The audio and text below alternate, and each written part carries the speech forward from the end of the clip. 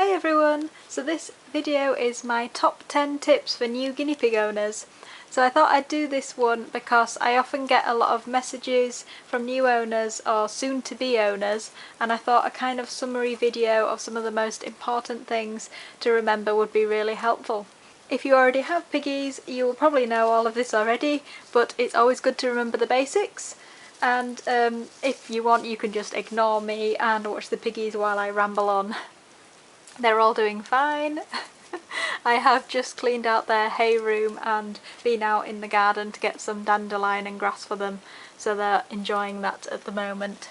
And you piggies, there's Lola. And you've got hay on your head. They always look so daft when they do that.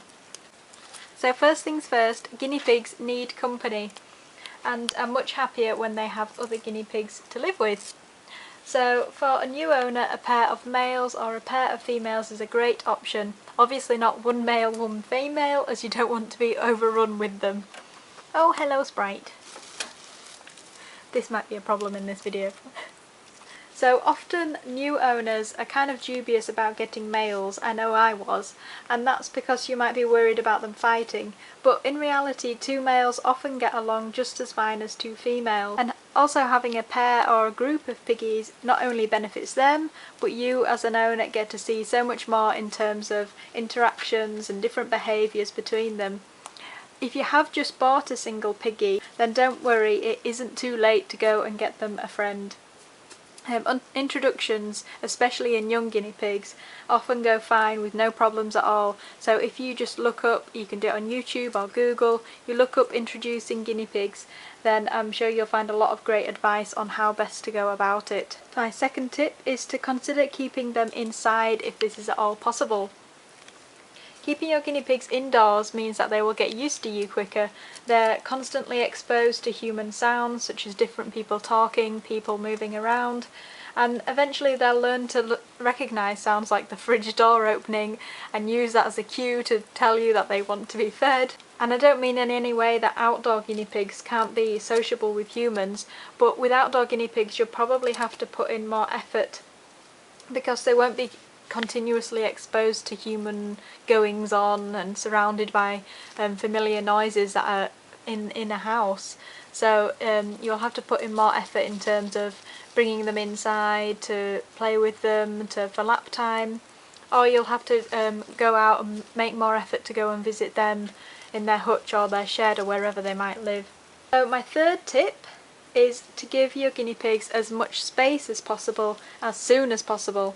And I say as soon as possible because sometimes people get the guinea pigs and then plan on expanding their cage or building them a CNC cage. And it would be really great to give them that added space when they are young and active and they're always popcorning and running around. And I just wish personally that I had a CNC cage when I'd always had guinea pigs when they were little, because it must be so great to have all this space for them, and when they're at that age, when they're being more active and they do lots of running around and popcorning. Not like you don't do it at all now. You're just a bit lazy, aren't you? And also don't be daunted by CNC cages. So although you might struggle to get the materials, they are surprisingly easy to build, and there's information and tutorials and all sorts of things on the internet of how you can go about building them. And it really is not that hard. I mean, I thought it was pretty daunting, like how on earth am I going to build this and do the base and everything, but actually all you need is a Stanley knife and some strong tape and job done. So don't be daunted by CNC cages. They really do give indoor piggies much more space than a pet shop cage bought for the same amount of money. And what's also great about them is you can modify them, you can expand them, you can create different sections like I've done here with this hay room bit. You can add another level like I've also done there, and they're really just great to have a play around with and try different things out with, which you can't do that with a normal pet store-bought cage. Number 4, and this is often one of the biggest concerns that new owners have, and that is that their guinea pigs seem constantly scared of them, very timid and just run away, or they don't want to interact with their owner. And this is very normal, and though it can be frustrating For example, if you watch YouTube videos, like you might be watching this video and thinking, oh, her guinea pigs are so tame, I wish mine were like that. But actually, whatever tame piggies you might be watching were probably just as equally as timid as your own piggies when they were first brought into their home. I know when I first brought Pixie and Sprite home, they were the typical shy youngsters who wanted to hide away, and it does take time for them to become tame. And equally with Annie and Lola, when I brought them home from the rescue, they were just, although they weren't as young, they were having the same experience of being in an entirely new home, and they need time immediately. They need a good few days just to be left to settle in, but after that they needed time to get used to me, get used to their owner, get used to the new surroundings. And also what you could do is watch my video on taming guinea pigs. It's called The Theory Behind Taming Guinea Pigs. So that video kind of tells you a bit more about how you should think and how different things you do might affect your guinea pigs, and basically you want to be someone that they can look to for food, for comfort, and not someone that they will be scared of in any way. You don't want to scare them with anything you do, and you want to encourage them.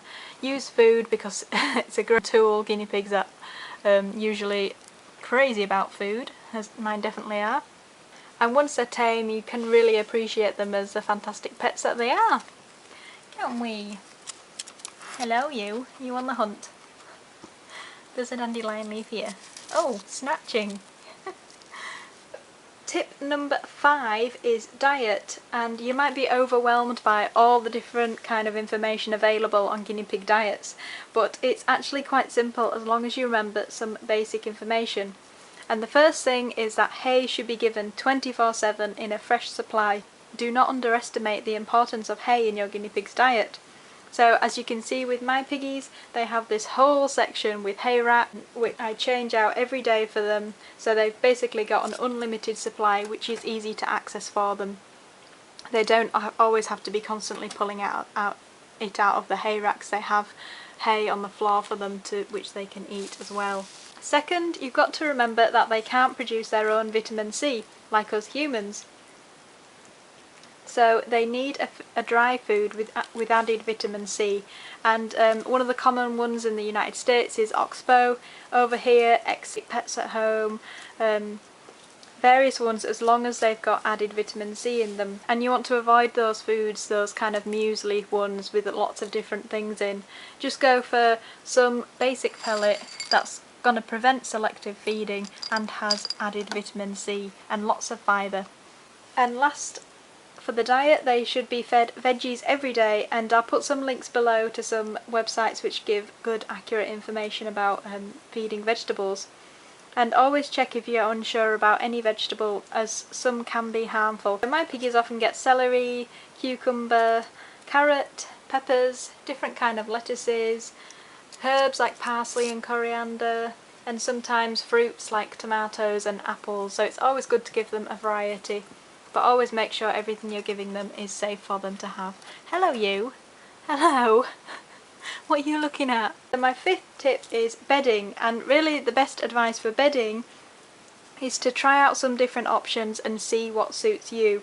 Personally, I wouldn't use wood shavings for indoor piggies, as they have been known to cause respiratory problems. Some recommended beddings are Carefresh, Megazorb, hay on newspaper, which is what I have here, wood pellets, and then of course there's fleece on top of an absorbent material. And under this fleece here I use towels, and then I also use waterproof pads in areas where they might be more likely to go to the toilet. So if you want to use fleece, you might be at risk of having to change it very often if they do all their business on it. So think about having a separate area in with their hay, where they are also likely to go to the toilet. You don't necessarily need to build a divider and everything like I've done here. You can just use litter trays, those big rectangular ones or those corner ones, and place them in the areas where they might be more likely to go to the toilet, and fill them with hay. And that really does work. I used to do that for a long time before I built this different section for them. As for cleaning, you can just spot clean the fleece every day with a dustpan and brush, and then clean out the litter trays or hay area every day. So another thing new owners might wonder about is taking their guinea pig out of the cage and giving them some floor time, especially if they don't have a big cage yet. So what you want to do is make sure the area where they're going to go is safe. You can use the litter trays from their cage to encourage them not to pee on the floor, and also you're giving them the hay in the litter trays. And then you can provide some new toys for them, and don't leave them on their own.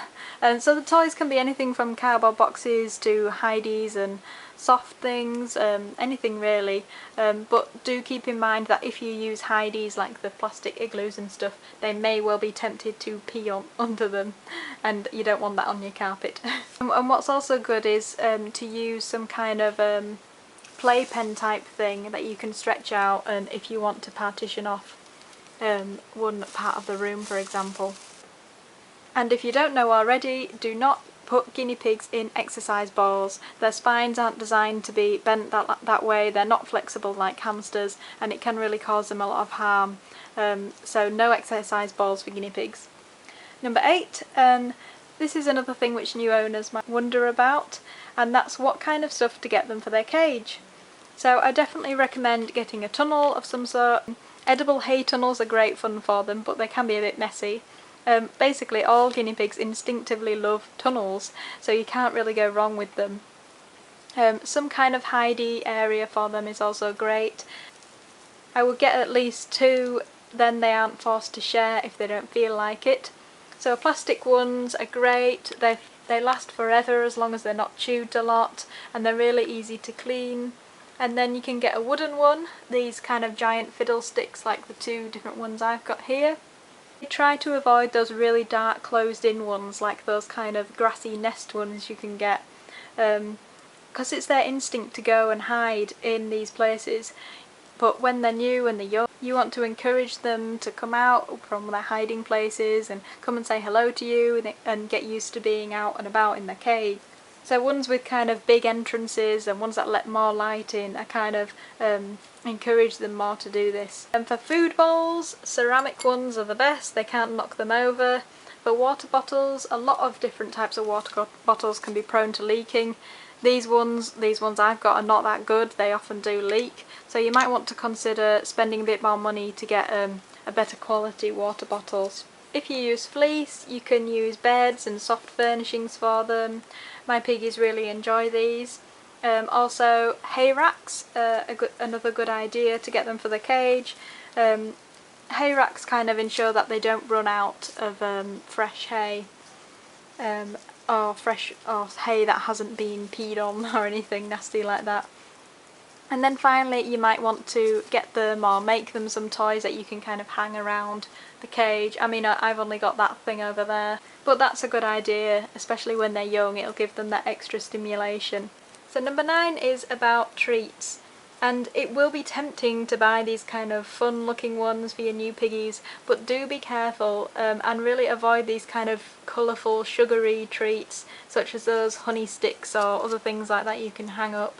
And they may enjoy them, they may well eat them, but ultimately they're bad for them because they've got high sugar and high fat content in them and just kind of artificial ingredients. So why buy those kind of treats when natural kind of dried leaves or even like fresh forage and fresh vegetables are gonna be equally if not more enjoyed by them, isn't it? As these 2 are demonstrating here by eating clover from me. No, that's my thumb, you don't want that. There we go. So my final tip is to read up on guinea pig healthcare. So if there ever is a problem, like your piggy suddenly one day doesn't want to eat anymore, you may well need to act quickly, and trying to work out the problem for yourself or hesitating to get them to a good guinea pig vet really could be the difference between life and death for them, without sounding too morbid. So having a good exotics vet in mind that you know is experienced with guinea pig is a really good idea if you ever do need to take them to the vet. And luckily for new owners, the chances are that you will have many happy years with your guinea pigs before anything goes wrong with their health, but it really is always best to be prepared. So that was my top 10 tips for new owners. I hope I didn't overload you with too much information, and I hope this video helped some people. So please tell me if it did, and please ask any questions if there's more you want to know about anything I mentioned. So if you are a new owner, then congratulations on your new pet. Guinea pigs really do make the most awesome pets, although I might be a bit biased. But I hope you really do enjoy being an owner to them. Hello Lola, and Lola thinks that too, don't you? Yes you do. Hello pig.